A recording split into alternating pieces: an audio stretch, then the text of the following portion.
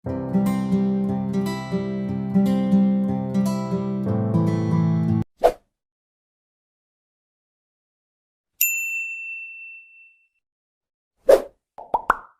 праздником вас! С Днем Великой Победы! Ура! Presiden Rusia Vladimir Putin meluncurkan operasi militer di Ukraina pada Kamis 24 Februari 2022. Segera setelah itu, ledakan terdengar di seluruh negeri dan Ukraina memperingatkan invasi skala penuh oleh Rusia sedang berlangsung atas negara mereka.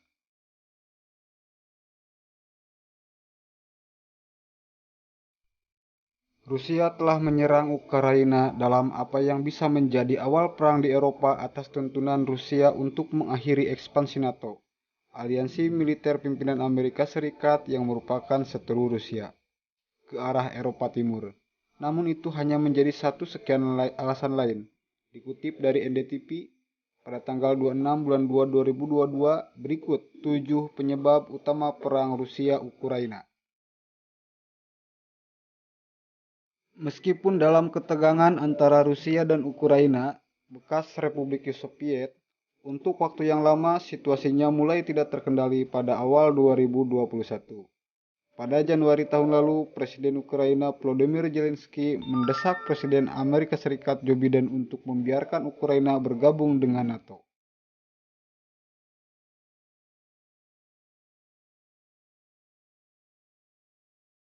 Keinginan Ukraina bergabung dengan NATO, hal ini membuat marah Rusia, yang mulai mengirim pasukan di dekat perbatasan Ukraina untuk latihan pada musim semi tahun lalu dan meningkatkannya selama musim gugur.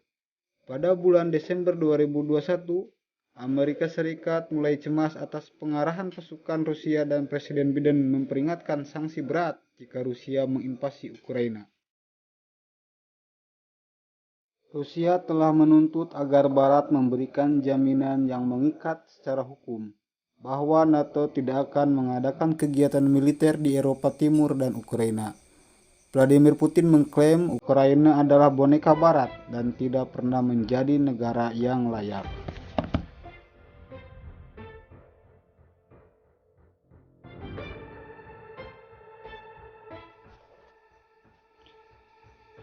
Ini bukan pertama kalinya ketegangan antara Rusia dan Ukraina mencapai titik didih.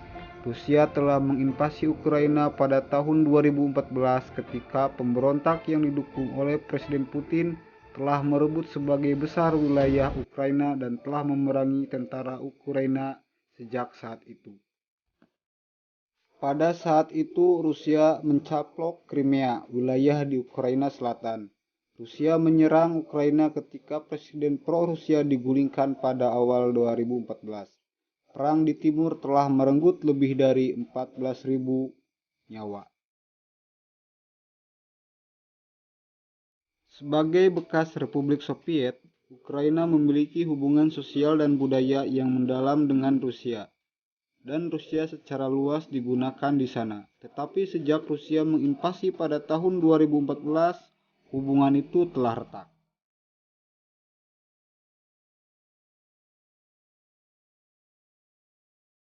Rusia dan Ukraina telah menandatangani perjanjian damai Minsk untuk menghentikan konflik bersenjata di Ukraina Timur termasuk di wilayah Donbas. Tetapi ketika konflik berlanjut, Rusia mengatakan akan mengirim pasukan penjaga perdamaian ke wilayah di mana konflik sedang terjadi. Negara Barat menyebutnya manipulasi oleh Moskow untuk menduduki wilayah kedaulatan Ukraina. Ketegangan baru antara Rusia dan Ukraina yang juga berbatasan dengan Uni Eropa telah terjadi terkait dengan Uni Eropa. Dan itulah sebabnya Uni Eropa yang sebagian besar adalah penanda tanganan NATO telah bergabung dengan Amerika Serikat dalam mengumumkan sanksi terhadap entitas Rusia.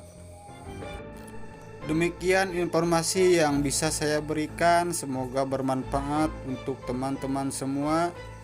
Jangan lupa subscribe serta like channel saya supaya bermanfaat dan berkembang di masa yang